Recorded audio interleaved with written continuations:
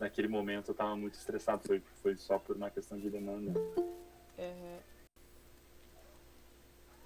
E aquele último que você fez, aquele. Ai, eu não lembro o nome daquele homem que fica parado lá, olhando pro piá.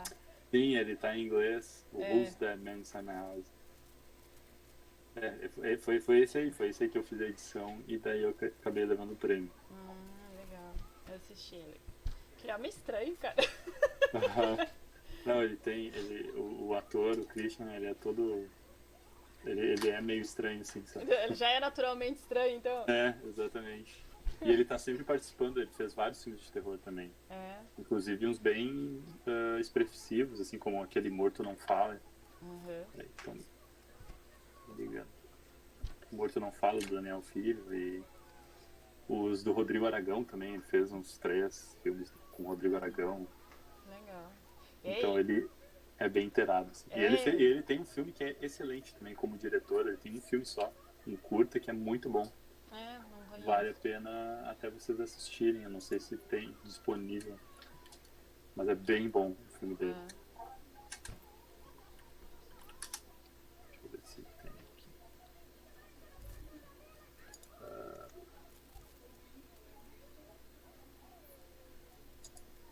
Tem no YouTube pra assistir. Tem? Manda o link pra Tem, gente aqui. vou tentar botar o link.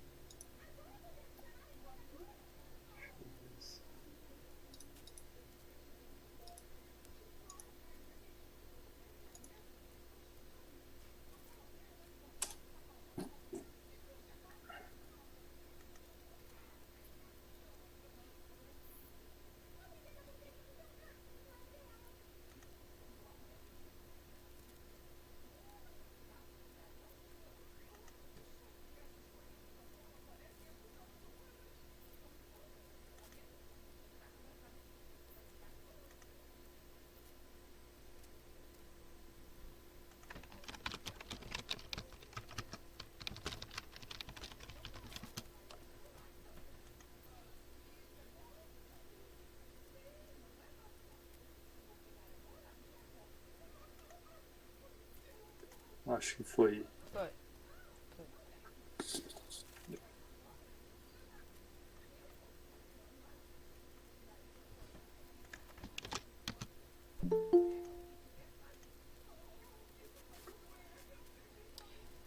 Então, vamos começando, que senão não dá tempo de a gente falar.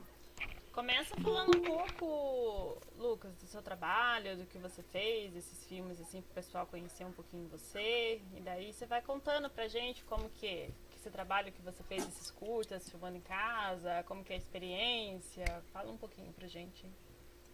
Sim, eu até vou começar pedindo desculpas assim por não ter feito uma apresentação, Ah, imagina. porque eu realmente estou fazendo muita coisa agora em relação a trabalho, faculdade e tudo mais. Eu não me formei ainda, estou fazendo meu TCC e daí eu não consegui ter esse tempo, mas acho que transformar isso aqui num bate-papo, né? Tirar as dúvidas, conversar, Uhum. enfim, quem quiser perguntar é algo super válido. E, bom, eu comecei a trabalhar com cinema em 2016, oficialmente, assim. Cursei faculdade, na verdade, eu estou fazendo minha segunda faculdade agora, né? Eu já tenho uma formação em produção audiovisual, no curso que era um tecnólogo, era um curso bem simples, assim, e que a faculdade, inclusive, não tinha muita estrutura de câmeras e tudo mais, assim, era muito novo, né? Essa questão do audiovisual, da realização audiovisual, ela é muito nova ainda aqui no Brasil. E aí o meu projeto de TCC 2016 foi o meu primeiro curta, que é chamado Rancor, né? Que eu coloquei o link ali Uhum. te mandei o link do meu Vimeo, né? Acho que ele está Mandei. disponível ainda, não tirei.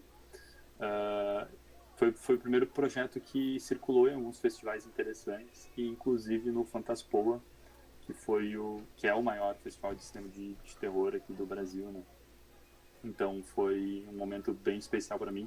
Eu gostava bastante do festival, participei, primeira vez que eu fui numa sala de cinema falar do filme, escutei as pessoas falando da perspectiva delas sobre o meu filme, né, que era algo que eu nunca não conseguia nem imaginar. E foi minha primeira experiência como realizador. Eu agora falando, até lembro que tem um outro curto também que eu fiz na faculdade que entrou em 2 festivais, mas era algo muito, muito, muito baixo orçamento, assim, ele não tinha uma linguagem muito profissional, entre aspas, então eu meio que não considero. Eu acho que ele nem tá no meu Vimeo, que eu já meio que ocultei, assim como eu vou ocultar em breve o Rancor também e todos os outros. Uhum. Porque eu sempre acabo. Uma coisa, eu não sei se aqui a galera são todos roteiristas e diretores, né? Mas eu, até o momento, não consegui fazer um filme que eu gostasse, né? Eu não gosto de nenhum filme meu. Fico super feliz que eles vão para festivais, que as pessoas gostam e tudo mais. Eu não consigo gostar, assim. Sempre vejo um monte de defeito e, enfim, nunca dá certo.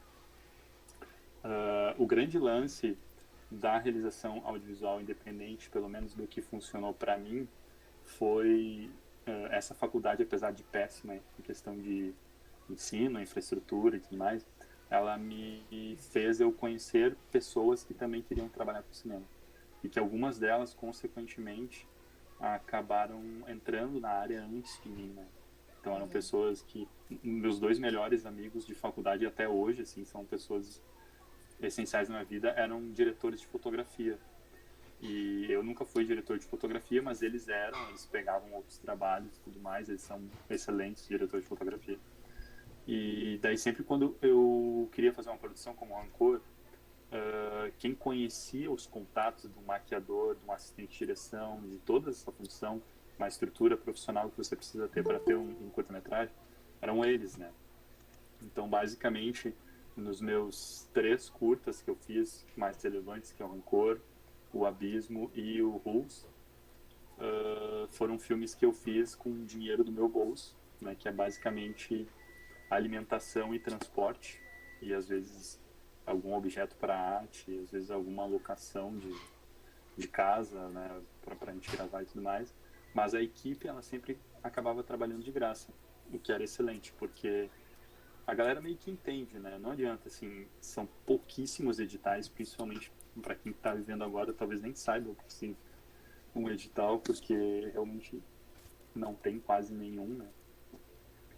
E a galera entende que você tem que continuar produzindo, você tem que continuar uh, criativo, né? Mantendo ali a cachola funcionando porque no fim das contas todo mundo acaba ganhando, né? Um filme que é premiado, um filme que vai circula em vários lugares, e tudo mais.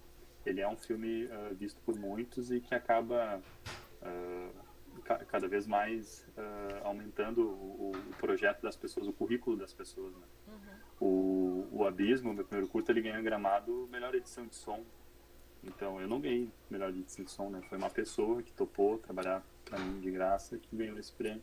E daí o Rules também ganhou melhor direção de arte. Que daí também eu também não fiz a direção de arte, foi uma outra pessoa que fez a direção de arte. Então essas coisas acabam fazendo essas pessoas valerem a pena, né? E é um Uhum. privilégio que muitas vezes muita gente que quer trabalhar com cinema não tem, porque é realmente difícil tu ter uma equipe assim que pire trabalhar de graça e tal. E às vezes isso não acontece, né? Uhum. Então é algo complexo assim que vai depender muito da realidade de cada um, do que as pessoas estão vivendo e de quem vocês conhecem, né? De quais são as conexões que vocês têm, porque isso realmente é importante nesse processo de cinema independente, né? É uma troca muito grande, você precisa muito dos outros, né? Assim como os outros precisam de ti também, mas no fim das contas tu não é tão relevante quanto os outros, né? Os outros são muito mais relevantes que tu, porque eles acabam participando, podendo participar de outros projetos também.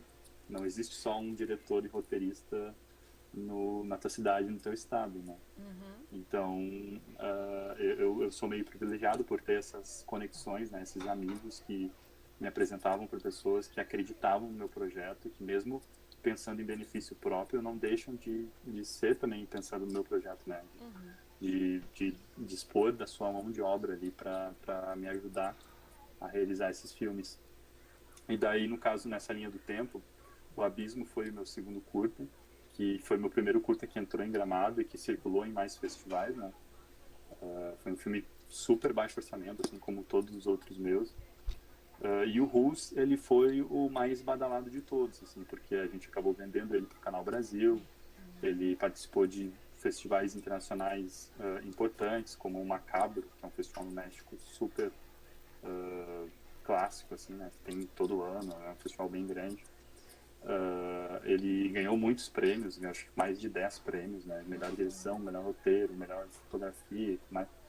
Então, ele foi um projeto que me mostrou, assim, como um realizador audiovisual, né? Inclusive, até lembrando agora, eu ganhei um prêmio no Curta Cinema, que é o maior festival de curtas do Brasil, assim, é um festival de curta-metragem no Rio de Janeiro.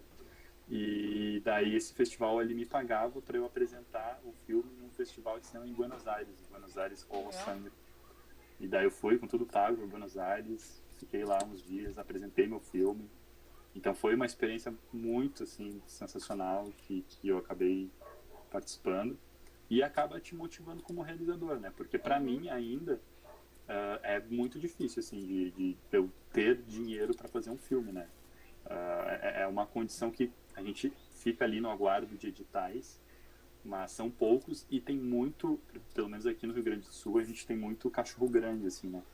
Produtoras que já estão há muito tempo no mercado e tudo mais. Então, algumas vezes, antigamente existiam editais que focavam mais em novos realizadores, em realizadores que estavam fazendo seu primeiro projeto. Hoje já nem tanto, e as coisas acabam se segmentando dessa forma, assim, quem tem uma estrutura maior, mais tempo de mercado e tudo mais, acaba levando os poucos projetos que tem, né? Então fica cada vez mais difícil. Mas num parâmetro geral é isso, eu não sei o que mais a gente pode Tá. conversar. E quando você fala assim de um curta-metragem de baixo orçamento, você tá falando mais ou menos quanto, assim, pro pessoal ter uma ideia? E como você fez, por exemplo, você fez esse trabalho seu? Como que você entrou nesses festivais? Como que Então, funciona, assim? os meus, acho que eu fiz 3 curtas que eu gastei dinheiro, que foi o Rancor, que foi a minha rescisão, que eu trabalhei na Livraria Cultura, não sei se vocês conhecem.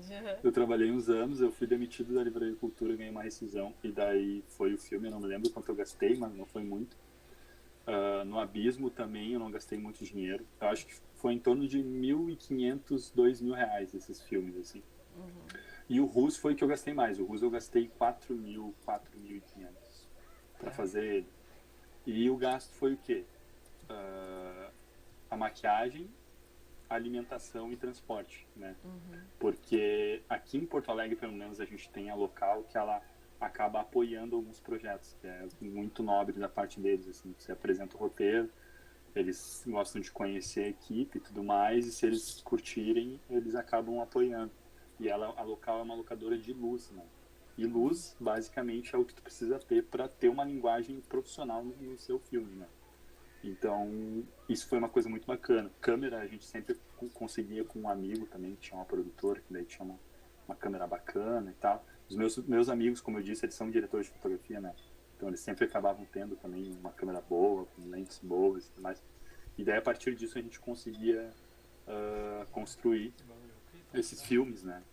De forma totalmente independente. E em relação aos festivais, ele é mais uma questão. O festival, para mim, é a parte mais chata, porque é um momento que você tem que repetir muitas informações do seu filme, né? O diretor, o roteirista, blá blá blá blá. Você preenche uma cacetada de formulário, assim. E eu aprendi muito buscando em sites como o Fast Home, que tem, né? Que você cadastra ali, o Films Freeway, que é um outro site que você cadastra o seu filme, e daí é muito mais fácil, você não precisa ficar preenchendo, né? Mas eu não sei se existe ainda. Na minha época tinha o Guia Kinoforum. O Guia Kinoforum para mim era a bíblia, assim, tu joga no Google, e daí ele dizia todos os festivais que estavam rolando no Brasil. E daí eu conseguia pescar assim o que estava rolando no Kinofórum, né? E ia escrevendo. Nesse momento era um momento chato, né? Que daí eu tinha que preencher todos os dados de forma certinha, assim. Mas antes disso, era o Fast Home e o Films Freeway, e tu preenche uma vez só o cadastro do filme, e daí ele vai rolando de boa, né? Só vai inscrevendo ali e tal. E dependendo da tua pretensão com o filme, né? Também tem uma questão financeira bem importante, porque muitos festivais, principalmente os festivais maiores, eles pedem uma taxa de inscrição, que na maioria das vezes é em dólar e tudo mais. Então, esses valores que eu passei para vocês, todos é uma questão de, tipo, alguns anos atrás, agora está inflacionado, todas as coisas estão, né, mais complexas, o dólar está, sei lá, 5 e pouco. Então, agora pode ser que seja mais difícil tu expandir tanto, assim, escrever. Até porque a maioria dos festivais que tu inscreve teu filme, ele não entra, né? Ele vai entrar numa... Tu te inscreve em 100 pra ele entrar em 10, mas que já é muito legal entrar em 10 Sim, festivais. sim. Já é super massa, assim.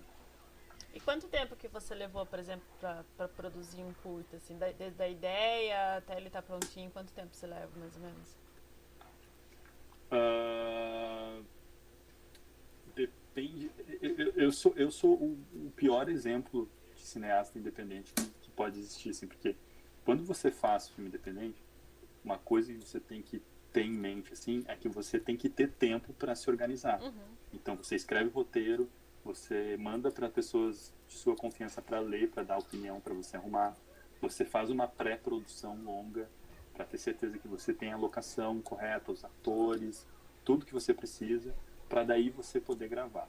uhum. No meu caso, era sempre motivado por uma pressa de produzir algo, principalmente depois que eu entrei em Gramado. Aí eu, não, tem que fazer um outro filme para entrar em Gramado, né? Então, Gramado vai a inscrição até data tal, então vamos escrever, vamos fazer. Será que eu consigo? Se eu conseguir alimentação, será que eu consigo? Tal. E daí eu era motivado muito por essa pressa e adrenalina, assim, de produzir algo para tentar entrar no festival que eu queria, que no caso era Gramado, né? Era Uhum. essa a motivação, assim. Porque para quem é aqui do Sul, Gramado é maravilhoso de participar, porque é um dos poucos festivais que tu vai lá, né? Tu participa do tapete vermelho e tu Legal. fala, é muito sensacional, assim, participar. Para vocês, para quem não é do Sul, né? É mais difícil porque daí não tem aquela categoria dos gaúchos que aqui tem, né? Que daí é mais fácil de entrar. Uhum. Tem a nacional, daí é mais complicado. Mas quem puder participar, Vale a pena. porque é incrível, assim, é um festival muito massa mesmo de participar. Então sempre tinha essa motivação. E eu sempre fazia eles da forma apressada. Acho que até por isso que eu me justifico, assim, de não gostar de nenhum filme que eu fiz, porque eu faço sempre na pressa, sabe? Uhum. Sempre, daí tem algumas coisas assim que eu gostaria de ter gravado mais vezes ou de ter pensado de forma diferente que acabam não saindo da forma como eu gostaria, mas que, enfim, foi feito e tá lá. Uhum. Aí eu tava vendo as perguntas do pessoal aqui. Eu não É... tô conseguindo ler, tá? Eu não sei se tem Ah, não, alguém eu falando. leio pra você que daí você Tá, vai beleza. respondendo. É, a Maria Carolina perguntou por onde devemos começar a apresentar nossos projetos. O YouTube é um bom começo? O que você acha? Então, ah, depende muito da pretensão que você quer ter como realizador, né? O YouTube, ele tem uma fórmula interessante que é a fórmula de tu viralizar, né? Tu produz um conteúdo com o intuito desse conteúdo ser assistido pelo maior número de pessoas possível. A indústria do cinema, ela não funciona tanto por esse lado, assim. A maioria dos filmes que circulam em festivais, que são premiados e tudo mais, eles não têm muito essa linguagem de um filme de YouTube, né? Que é um Uhum. filme que normalmente tem um enredo mais simplista, assim, mais, vou dizer, clichê, pelo fato de conseguir, de fato, engajar o maior número de pessoas, né? O meu filme, por exemplo, ele é um filme que foi premiado em vários lugares e tudo mais. Só que, com certeza, tem um canal de terror, não lembro o nome, Hipnóticos, acho que é o nome. Eles produziam muitos filmes, assim, de terror, uma cacetada de filmes. Eu assistia alguns e eu, particularmente, não gostava de nenhum que eu assistia deles.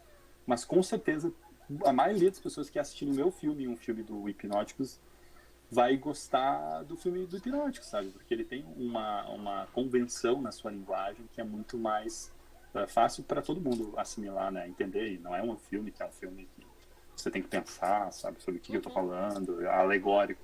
É, Então existe essa divisão, assim. se tu cria um projeto e tu joga ele no YouTube, tu tá tendo essa proposta de ter visualização. Se tu, o ideal, o que eu, para quem quer trabalhar com cinema, para quem quer crescer como profissional na área do cinema, eu aconselho que se você tem um projeto, se você gravou um projeto, você primeiro faz ele circular em festivais de cinema, né?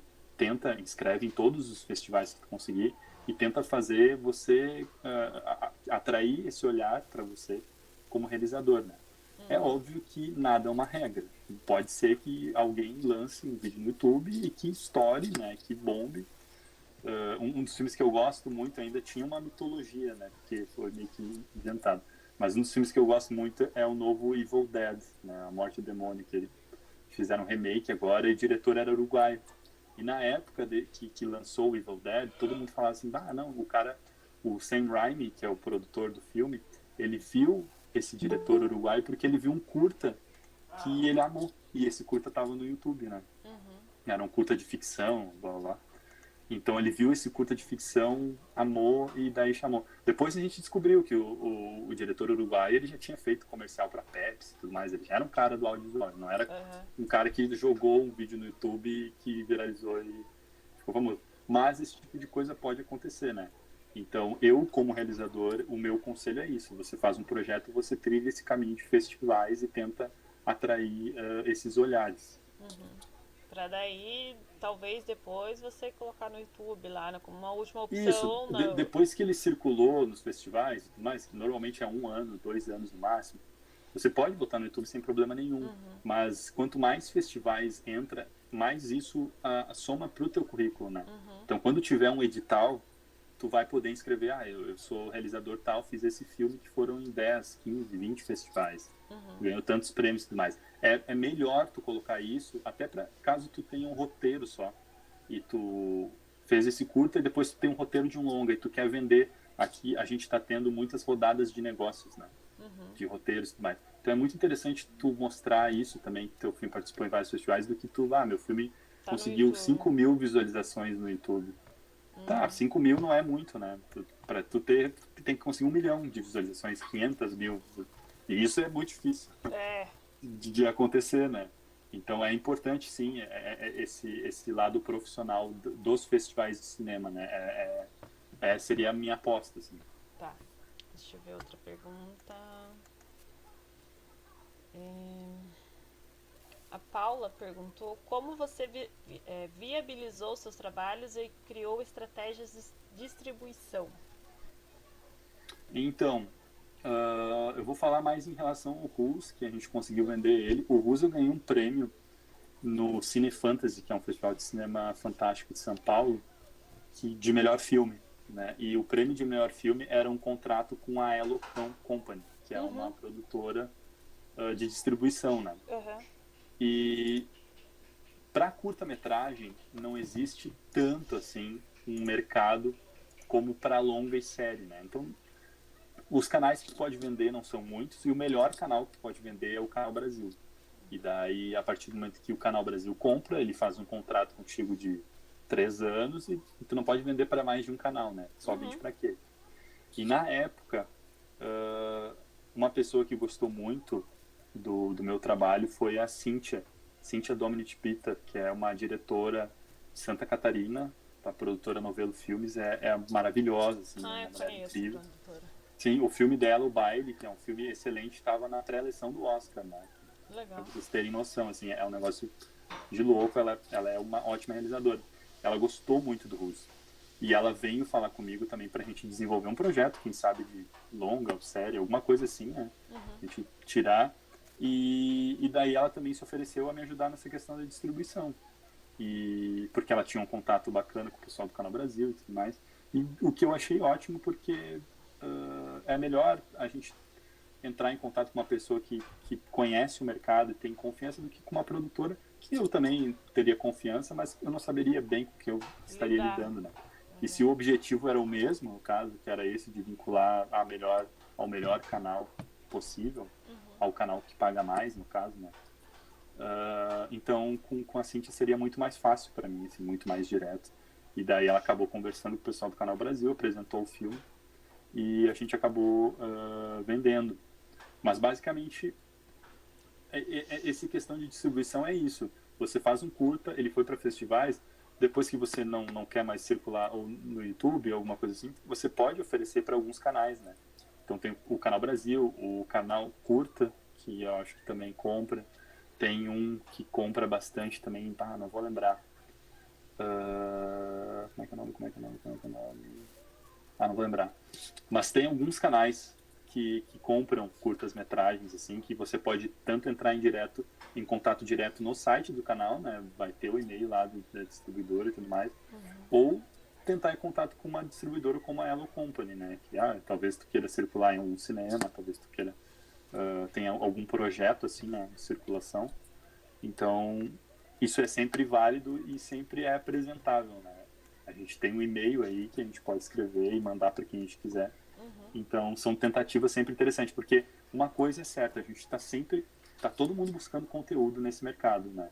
A gente tem essa dificuldade de editar e fazer filme e tudo mais, mas uma coisa que todo mundo pode ter certeza é que nunca vai morrer o conteúdo, né? As pessoas não vão deixar de ver filme, as pessoas não vão deixar de consumir série, e todo mundo quer fazer algo nacional, né? A HBO quer fazer série nacional, Netflix, Prime Video, e não tem conteúdo de qualidade para tudo isso, sabe, neste momento.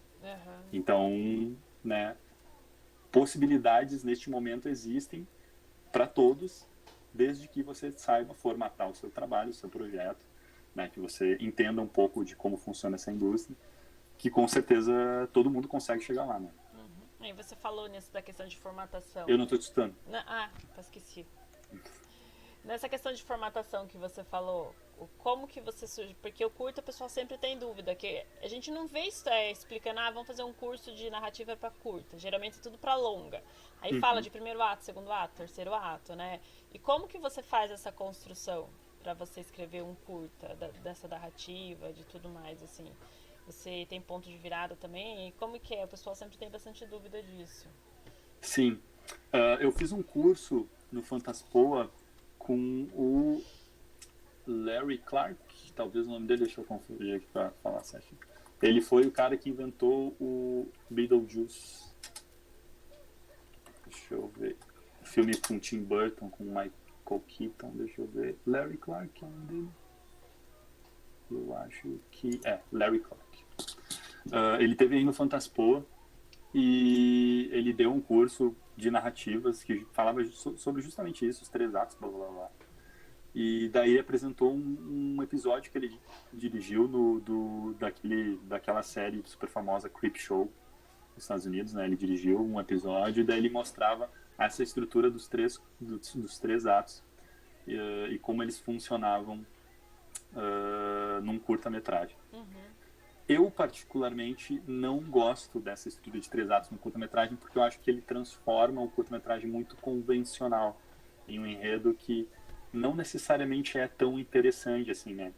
Eu não vou saber explicar para vocês a estratégia do curta-metragem, de como escrever, blá blá blá, mas o que eu posso dizer é que o que me ajudou mais a entender como funcionava a estrutura de um curta foi justamente assistindo curtas, algo que eu fazia pouco, e principalmente quando eu comecei a frequentar festival de cinema, eu comecei a assistir muito filmes, né, curtas, e principalmente curtas nacionais, né, que eu não tinha o acesso, assim.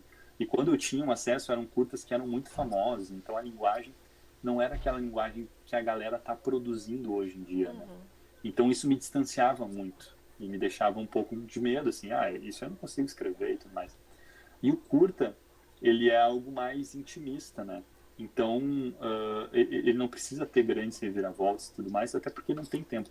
Um bom curta-metragem, assim, para você entrar em muitos festivais e tudo mais, é 10 minutos, que é excelente, 15 minutos no máximo, assim, sabe? Estourando 15 minutos. Mais do que isso, já corre um risco, né, de ser penoso, assim, de ser difícil e tal. Tu tem que ter um talento muito grande, né, para ter um curta, assim, de 20 e poucos minutos que entra em muitos festivais, né, porque o festival de cinema, a estrutura do festival de cinema é colocar o maior número de filme possível numa janela curta, né? Eles têm 1 hora e meia de exibição, eles querem colocar o maior número de filme ali, de bom filme, né? Então, se tu tem um filme de 10 minutos, de 8 minutos, de 5 minutos, tu tem uma chance muito maior de entrar, porque daí esse filme aqui não é um grande filme, mas é um filme bom, tem 5 minutos, então vamos colocar ele, né? Agora, se tem 20 minutos, tu vai ocupar o espaço de uns 2, 3 filmes. Então, Entendi. teu filme tem que ser muito bom para entrar nisso, né? E isso é algo que eu sempre penso quando eu vou criar um curta-metragem. Então, ele tem que ser uma história que consiga me prender, mas que seja sucinto. E o lado bom do curta-metragem, para mim, é que ele pode terminar como um soco sempre, né? Então, ele pode terminar de uma forma, assim, que te impacte e que não te dê muitas respostas. E não precisa te dar a resposta, né? Ele pode deixar tu, como espectador, pensando no que tu assistiu e no que tu achou, nos teus sentimentos, né? É mais tipo um estilo de narrativa moderna, então, né? Que não tem aquele Muito mais. fechamento. Não é tanto aquela coisa do clássico, do herói. É mais pro moderno, então, se você tem que Muito pensar mais, no muito curto. mais, muito mais. A jornada do herói, ela pode ser aplicada a um curta-metragem, mas eu particularmente não acho interessante, assim, acompanhar todo esse processo, né? É Na por maioria causa das do vezes, tempo, né? Também, às vezes você não consegue exatamente, desenvolver, né? exatamente. Na maioria das vezes a gente fica situado ali, né? O que está acontecendo? Ah, tá, alguém, um atirador entrou dentro da escola, começou a matar a gente. E daí, a partir daquilo, a gente vê uma resolução, né? Mas não tem aquela construção, assim, de que tu vê o cara acordando de manhã e tu sabe que ele é assassino, blá, blá, blá, porque não É. tem tempo. Uhum. Então, eu sempre gosto muito mais de uma linguagem moderna e acho interessante quem busca, assim, entender melhor como escreve é referência. Referência, assiste filme mesmo, vai no Vimeo, tem muito filme no Vimeo lá, Uhum. Staff Peak para tu assistir curta-metragem. Na maioria das vezes, infelizmente, é em inglês, né? Inglês. É. Em outros idiomas tem esse problema, mas pelo menos agora na pandemia, quase todos os festivais de cinema nacionais colocaram um link disponível de graça para tu assistir online, né? Uhum. Então, o Festival de Gramado foi um que tinha link lá, tu assistia de graça os filmes, né? Os curtas e tal. Então, é aproveitar as oportunidades dos festivais de cinema que vocês verem abrindo, assim, que estão divulgando o link online, ou que é na cidade de vocês, para ir mesmo participar e começar, porque a partir daí tu começa a entender um pouco mais como funciona a indústria, né? E tu Uhum. começa a entender como essas pessoas estão produzindo, né? O que está acontecendo ali. Então é isso que faz tu começar a escrever de uma forma mais assertiva as tuas histórias, né? Tá. Deixa eu ver outra pergunta. É... Como o gênero do terror, do horror tem sido trabalhado no Brasil? Houve um crescimento da produção desse gênero? Houve. O horror, ele é, talvez... Bom, a gente não cansa de ver exemplos nos Estados Unidos. Tu faz um filme baixo orçamento e tu lucra muito, né? Ele é Uhum. um gênero muito queridinho das produtoras, assim. E aqui no Brasil ele tem muitos amantes de terror, né?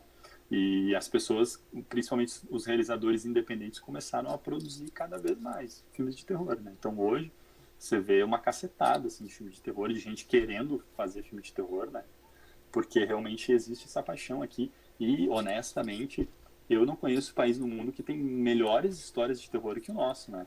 Que Ah, não foram retratados ainda, né? Não saiu um longa do Chupa-Cabra, do ET de nossa, Varginha, nem do tipo, fala, cara. tem muita Verdade. história para ser explorada, Tem, assim, que as tem. pessoas não exploraram ainda, não exploraram de forma mainstream, né, da forma Uhum. correta, com dinheiro, com produção. Uhum. E fora esses casos de polícia que a gente está vendo aí, né, Sim, com o true goleiro crime. Bruno, umas coisas assim que é surreal, que você não vê em nenhum filme americano. Então, existe um apelo muito grande de criação, de criativos para escrever essas histórias e esses projetos. Uhum. E muita gente fazendo. Aqui no Brasil, por enquanto, a maioria do terror que vem sendo produzido é um terror mais caricato, assim, né? Então ele é um terror bem violento, que mostra os cortes e tal, Sanguinário. exatamente, e com bastante sangue, né?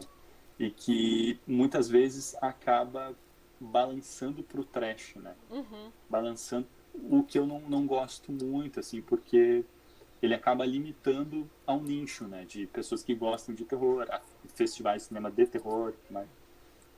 Mas mesmo assim tem bastante gente que está fazendo excelentes filmes de terror aqui no Brasil, né?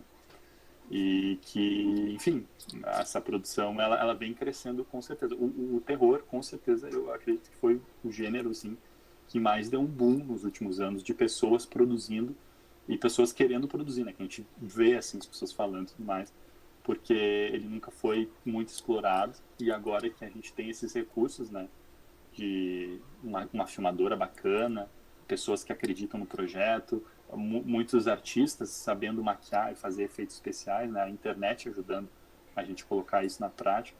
Então isso facilitou muito a galera a se soltar, né? E Uhum. daí tem os festivais, um festival como o Fantaspoa, que é um festival incrível, gigantesco, aqui no Brasil, né?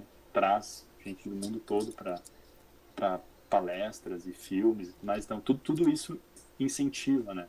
É só vocês também, quem acompanha o cinema há alguns anos, contar quantos festivais de cinema de terror tinha e quantos tem hoje, sabe? Hoje tem vários, assim. Quando eu entrei era dois, três, sabe? Então, tipo, aumentou muito essa demanda porque realmente é um interesse de todos, assim. Uhum. Tipo assim, pra escrever terror, você tem alguma dica pro pessoal que gosta de horror? Tem alguma coisa assim que facilita a escrita? Não sei. É como que é que fala? Tem um. Tipo, na narrativa, tem alguma coisa que precisa ter? Como que funciona assim, escrita de terror? Você que já tá. Então, eu sou uma pessoa suspeita para falar esse tipo de coisa porque eu sou um fã de terror desde sempre, né? Uhum. Então nunca foi algo que eu cheguei a pensar assim.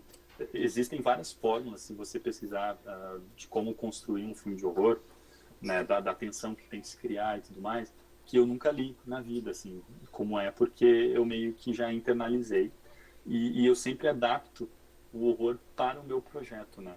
Uhum. Então não adianta eu achar muito interessante as fórmulas de fazer um slasher muito do caralho se eu não vou ter dinheiro para fazer esse slasher, né? Eu Uhum. não vou ter tempo, vai ser um curta, então tem que ser algo uh, muito pontual.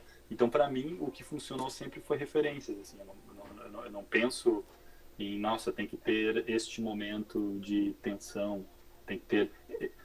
Quando eu vou criar um filme, eu penso primeiro sempre no enredo desse filme, né? Qual é Uhum. o drama? Porque eu não vou fazer um filme de terror que vai ser só para mostrar violência ou para assustar. Eu não faço isso. O meu filme de terror, ele tem que refletir algo que eu estou sentindo naquele momento e uma história que eu quero contar. Então, o meu processo no Rus, para quem não assistiu o filme ainda, o Rus ele conta a história de um jovem que vê uma aparição na casa dele, uma aparição horrenda, né, uma entidade, mas que ele não sabe por que ela está ali e ela não se mexe, só fica ali parada, né? Não, ele circula pela casa de madrugada, tá aquele bicho horroroso ali, mas o bicho não se mexe, ele fica na dele e tudo certo, vida que segue. E por que que isso foi escrito assim? Qual era o meu enredo? A minha indignação na época, a gente estava vivendo um momento de eleição, né? Em 2018 eu gravei o Bus, foi 2018 o ano da eleição que o Bolsonaro ganhou. E eu via uma inércia muito grande da população em não reconhecer a calamidade que aquele homem era, porque ele não era uma pessoa detestável, escondida, que dava um discurso legal e que envolvia as pessoas. Ele era um merda desde sempre. Tipo, tu conseguia ver de longe. E quem abraçou essa ideia sabia que ele era um merda, sabe? Não tinha como enganar e tudo mais. E numa hora esse cara ia te enrabar, sabe? Que foi o que aconteceu lá. A gente tá com gasolina R$ 7 e carne nas alturas, pessoas fazendo filho com meu osso. Então era óbvio que isso ia acontecer e não estava escondido, né? E o Rus ele veio desse sentimento. Não, essa inércia me indignava. Então como é que eu vou criar uma narrativa assim? O que eu vou criar para achar interessante e tudo mais? Então eu sempre penso no enredo, eu sempre penso no drama. Ah, é um pai que perdeu o irmão e daí a partir disso eu vou criando um enredo. E daí nesse enredo de drama, que é a vida real, eu incluo o sobrenatural, né? No caso do Rus, opa, tô me ligando aqui. No caso do Rus, eu tinha escutado um podcast de um cara que mandava umas histórias macabras, assim, e daí ele falava, ah, eu vi um cara na minha cozinha, esse cara sumiu e eu nunca mais vi ele na vida, eu não sei quem ele é, ele estava na minha cozinha. E depois ele sumiu. E não foi uma invasão nem nada. E daí eu Uhum. fiquei com isso na ideia, né? Pá, imagina tu ver alguma pessoa dentro da tua casa que apareceu ali, não invadiu dentro da tua casa. Tá ali, Uhum. sabe? E que não é um espírito nem nada. Então, essa ideia, eu fiz esse sim com esse drama que eu tinha na cabeça, né? E daí, a partir disso, eu desenvolvi a história com esse enredo sobrenatural. Então, acho que talvez... Claro que isso depende muito da característica do curta de terror que tu quer. Porque às vezes tu quer fazer um curta de terror slasher, de um cara que mata várias pessoas, que tem máscara e tudo mais. E daí é mais interessante tu pesquisar mesmo linguagens do terror e tudo mais. Mas eu acho que para o filme ficar mais interessante, sempre ele tem que ter uma base muito consolidada, né? Ele tem que ter um drama bem consolidado ali. Então, eu acho que o mais importante, o mais difícil é justamente tu criar um conteúdo para o teu filme. Porque imagens legais a gente consegue criar com uma facilidade maior. Mas a partir do momento que a gente tem esse conteúdo, né? Que é a parte mais difícil. Que é daí que desafia a nossa criatividade, né? Porque todo mundo faz um filme, se eu der 100 milhões de dólares na mão de todo mundo faz um filme, sabe? Daí é fácil o Steven Spielberg ser criativo se ele tem 100 milhões para fazer um filme, sabe? Agora, quando tu não tem dinheiro para fazer um filme, como é que tu vai fazer um filme? Um bom filme, um filme que te projete como realizador. Então aí que tem que ter aquele cuidado e tempo, né? E daí que tem que ter o conteúdo, o drama, né? A história que tu quer contar. E daí a partir dessa história que tu começa a desenvolver outras coisas, né? E começa a inserir os elementos de terror, porque isso é a parte mais fácil, né? Transformar um drama numa história de terror é a parte mais fácil de um projeto. O problema é tu achar o teu enredo, né? Tu achar o drama, tu achar o que tu tá querendo contar. É isso daí, a gente sempre vê mesmo em curso, assim, que o pessoal tá falando, diz, não, por que que você quer contar aquela história, né? Por que que você conta aquela história melhor que os outros, né? Qual que é a sua experiência? É que você falou, né? Você pegou uma coisa que estava vivendo naquele momento, né? O que estava ali e transformou na história, né? Então é bem isso que o pessoal sempre fala mesmo em curso, assim, que a gente fica meio assim, ah, mas por quê, né? Então tem que ter isso mesmo para você conseguir desenvolver, né? Esse enredo, essa narrativa. Sim, a nossa realidade, ela nos todo, existem as pessoas falam, né, que eu já li pelo menos várias vezes que todo filme ele é um pouco do realizador, né? Tipo, tu bota um pouco de ti naquele filme, em qualquer filme que tu faça, mesmo que seja um filme sobre serial killer, tu não é serial killer, óbvio, mas tu bota um pouco dos teus sentimentos e daquilo que tu tá vivendo naquilo, né? Eu acho que todo mundo, cada um de nós aqui vive uma realidade que merece ser contada, né? E que muitas pessoas, milhares de pessoas se identificariam se assistissem. O nosso desafio, a parte difícil é essa. É tu entender qual é o teu enredo e colocar ele na prática, né? E a partir disso desenvolver eu acho muito difícil, eu acho terror uma das coisas mais fáceis de escrever, porque eu não consigo entender, por exemplo, quem escreve comédia. Comédia para Nossa, mim é um imagina. lance que o cara tem que ser um gênio, Eu também porque é acho. muito, muito, muito difícil, né, de escrever algo que as pessoas riem. E o terror ele tem um pouco disso, né? Tem que fazer as pessoas sentirem medo. É algo que eu acho muito mais fácil, né? Então, enfim, eu acho que é por aí o caminho. Tá. Tem alguém que quer fazer pergunta, gente? Tá todo mundo quietinho? Se tiver alguém, é só abrir o microfone e fazer. Deu, pessoal.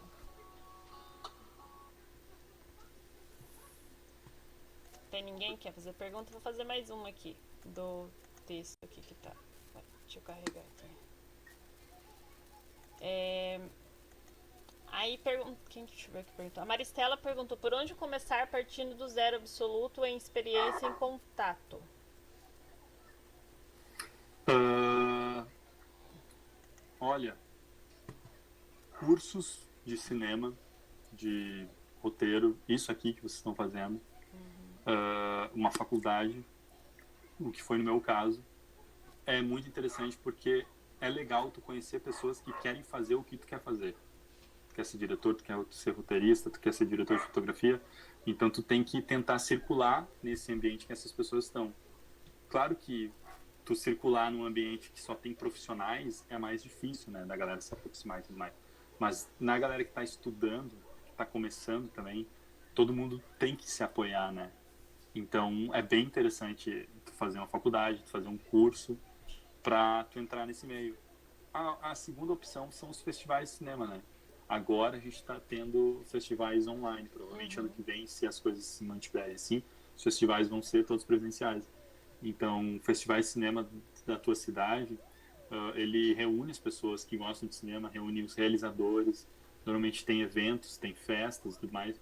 Então, o cinema, ele é muito aquela indústria que tu tem que conhecer as pessoas, que de fato o teu afeto e a tua relação com as pessoas importam. Tu pode ser a pessoa mais criativa do mundo, mas se tu fica isolado num canto, tem muito mais chance de um cara que é mais desenvolto, que é mais amigo, conseguir uma parceria para um projeto, ou interesse para um projeto, sabe?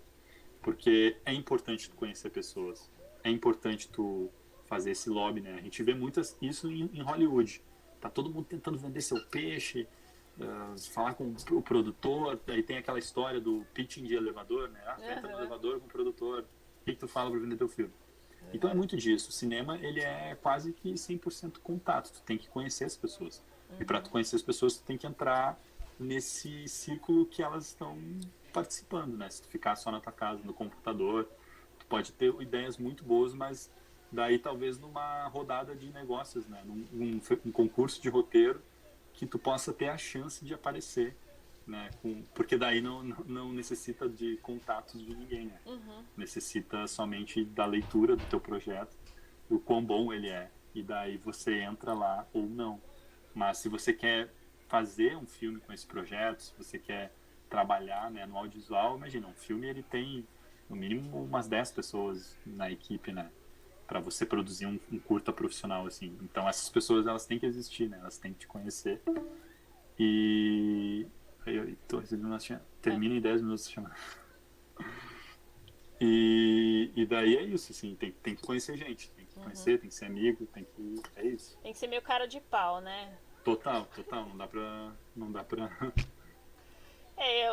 Eu tava falando pro pessoal ali no grupo, né? A gente tem que tentar juntar quem é mais próximo, né, da mesma cidade, ou o mais próximo possível, pra sentar e tentar criar alguma coisa, né? Pegar o celular, como a gente já viu vários curtas, filmes, né, gravados com celular, tentar juntar um faz um, outro. Que nem você falou, né, no começo, a questão do prêmio, né? Às vezes a pessoa visa ali, eu não vou ganhar nada naquele momento, mas o futuro, né, do que aquele projeto pode oferecer para a pessoa, às vezes ela tem que ter esse olhar, né, do futuro, não do momentâneo, nem sempre, né? Sim, totalmente. Eu fiz um curta, né, no celular só, gravando a tela do celular, chamado Pra Ficar Perto. Ele participou do Fantaspoa at Home, que foi um festival do Fantaspoa meio direcionado para filmes feitos em casa, né, por conta da pandemia. Ele ganhou um prêmio lá, melhor filme gaúcho, eu acho. Então foi bem interessante. A gente consegue fazer filme com tudo hoje em dia, né? A grande questão é a proposta. O que importa o found footage está aí, né? Filmes milionários feitos com uma merreca de grana, mas porque a proposta desse filme foi acertada, né? Então quando a gente vai criar um projeto independente, sim, com pouca grana, é muito interessante a gente mirar que tipo de linguagem a gente quer atingir, né? Para justamente as pessoas que irem assistir entenderem, assim, não, esse filme que é baixo orçamento, mas ele é assustador porque foi gravado com uma câmera de segurança e daí eu vi, né, que tem Dá uma essa entidade sensação de ali. realidade, né? Essa construção de realidade, né? E não serve só para isso, serve para tu, uma filmadora VHS, que pode contar uma história Bruxa de que Blair, que fez aquele talvez... sucessão. Exatamente. Não, mas eu tô falando assim, Sim. quando vê, tu faz um documentário super emotivo sobre a tua mãe que tu perdeu. Só que tu nem perdeu tua mãe tá viva, mas tu escreveu uma ficção, que é um documentário, que é só filmagem de VHS de uma senhora. E daí o teu texto pode emocionar as pessoas. Então tu pode fazer um filme sem R$ 1 ali que seja um sucesso, porque existem várias propostas. Hoje em dia, a melhor câmera não é necessariamente a que vai te entregar o melhor conteúdo, né? Tu tem que entender um pouco do filme que tu quer fazer e com quem tu quer disputar, né? Se tu quer disputar com Star Wars ou se tu quer fazer um filme que tem uma linguagem mais comportada. Então isso é bem importante que se tenha em mente. E pra festival, assim, que nem você estava falando, a gente faz esse filme de baixo orçamento, o conteúdo. Existe algum favorito, alguma coisa assim pra entrar em festival? Tipo, um tema, uma história, ou é muito. Não tem assim. Cada festival tem um estilo, né? Então é interessante assim você conhecer um pouco do festival para saber o que ele gosta e o que ele não gosta tanto. Então, por exemplo, se você faz um filme de terror muito caricato, muito difícil ele vai entrar em Gramado, sabe? Porque Gramado é um filme que tem interesse por aquele drama, né? Por aquele tema pesado, aquela voz social e tal. Então, é difícil. São filmes mais sofisticados que eles pedem, né? Então, aí é mais difícil tu entrar com um filme caricato de terror, né? E cada festival tem sua peculiaridade. Então, é interessante tu conhecer o festival. Tu vê os filmes que entram nesse festival normalmente, né? E para tu entender um pouco mais se tem algum festival assim, meu sonho é entrar nesse festival, é interessante ter esse conhecimento, porque sim, eles têm uma preferência. Para quem está fazendo um filme independente, como eu disse, essa questão da duração é super importante, né? E a questão de tu tentar criar uma linguagem que ninguém saiba que foi um filme feito sim real, né? Que tu consiga fazer, olha, esse filme aqui está bem produzido e tudo mais. As pessoas podem entender que não é um edital que financiou, mas tem uma grana envolvida, não, tem uma galera assim, né? Isso os festivais gostam também, assim, quando tu consegue maquiar, que é o que eu faço com os meus desde sempre, né? Eu dou uma maquiada. Não tenho real fazer filme, mas na questão de linguagem eu sempre escrevo um roteiro que eu consiga gravar bem, com calma, normalmente dentro de uma casa, dentro de algum lugar que eu consiga controlar a luz, né? Para justamente poder criar essa sensação de que não, esse filme aqui é um filme profissional, porque isso é importante. Entendi. A Maristela colocou aqui no chat: encontra-se o mesmo espaço no mercado para apresentar roteiros escritos e filmes curtas já produzidos? Roteiros, sim, porque no caso, assim, se você apresenta um roteiro de um filme que já foi gravado, um curta, ele não tem que ter nenhuma expressão, né? Se é um curta que já participou de festivais e tudo mais, dificilmente eles vão querer se interessar nesse projeto, né? A não ser que você faça uma readaptação, que você mude alguma coisa na história e venda ele como um projeto novo. Mas coisas que já foram gravadas, assim, que já circularam, normalmente não tem esse apelo da indústria, não. E, curta, geralmente, assim, eu acho que pra roteiro, pensando só no roteiro, acho que é mais difícil, né? Eu acho que ele já tem que ter meio uma produção pra participar, por exemplo, rodadas de negócio mesmo de curta, que nem tem, né? Que é argumento, sinopse, essas coisas, acho que não tem, né? Então, é que assim, existe o mercado profissional audiovisual, ele não está interessado em curta, ele está interessado em longa e série.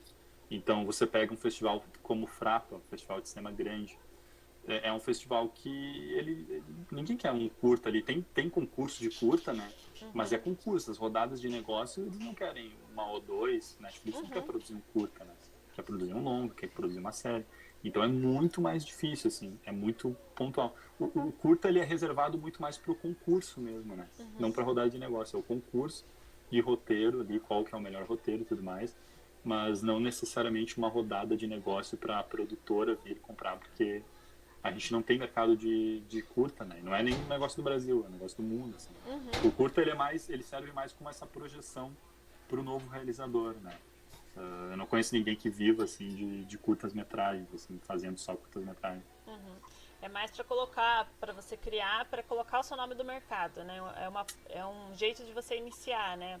Exatamente, é o seu primeiro passo, né? Você se apresenta ali como realizador e daí você faz o curta para até porque depois, para você fazer projetos maiores como um longa, como uma série, você tem que mostrar a cancha, né? Você tem que mostrar o seu passado ali. Então, se você fez curtas e tudo mais, isso é muito válido para as pessoas entenderem o quão bom e o quão confiável você é para uma produtora ou para um edital do governo colocar uma grana na tua mão.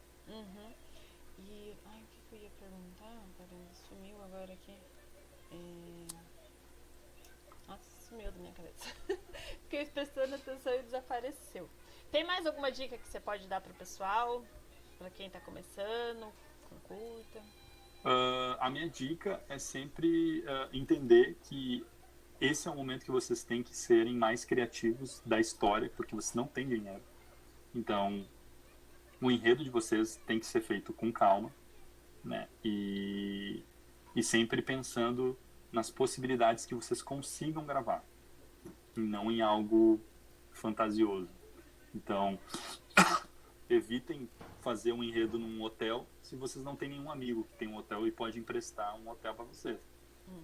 Tentem manter um enredo numa casa, em algum lugar fechado, ou se de repente um amigo, algum parente tem um sítio, grava no sítio, né? Mas tentem criar boas histórias comportadas, porque daí a chance de vocês acertarem é muito maior do que vocês pensarem em enredos grandes que vocês não conseguem gravar, ou às vezes até conseguem gravar, mas não de uma forma bem feita. Lembrei minha pergunta. É curta documental. Também tem a mesma. Dá pra concorrer em festival também? É o mesmo mercado ou não? Sim, sim, sim. Curta documental, sim. Tem muito sucesso. É até meio apelação, assim. A chance de um curta documental ser melhor do que um curta de ficção é bem grande, assim, porque normalmente tu trabalha com essa realidade, né? Com histórias reais e tal. Então são coisas que emocionam bastante. E participam desse mesmo mercado de festival de cinema e tudo mais. Os documentários, eles são super bem quistos e são super bem-vindos. Legal, acabou a bateria da minha câmera. Mas então tá jóia, já tá terminando aqui, o tempo vai cortar o nosso barato. Muito obrigado, Lucas, por ceder esse tempinho pra gente, pra vir tirar as dúvidas aqui do pessoal, compartilhar um pouco de conhecimento, tá? E compartilhei com o pessoal lá também no grupo os links para o pessoal conhecer o seu Ah, trabalho, sim. para acompanhar você. Manda para mim depois a sua rede social. Eu achei o Instagram seu, mas eu não sei se Ah, é vou mandar. aquele que você entra em contato, fala um pouco Tá, do eu seu vou trabalho mandar. pra Acho que gente. vai terminar o tempo, Vai será? terminar. Ah, Então é isso, gente. Obrigadão a todos, tá? Tchauzinho.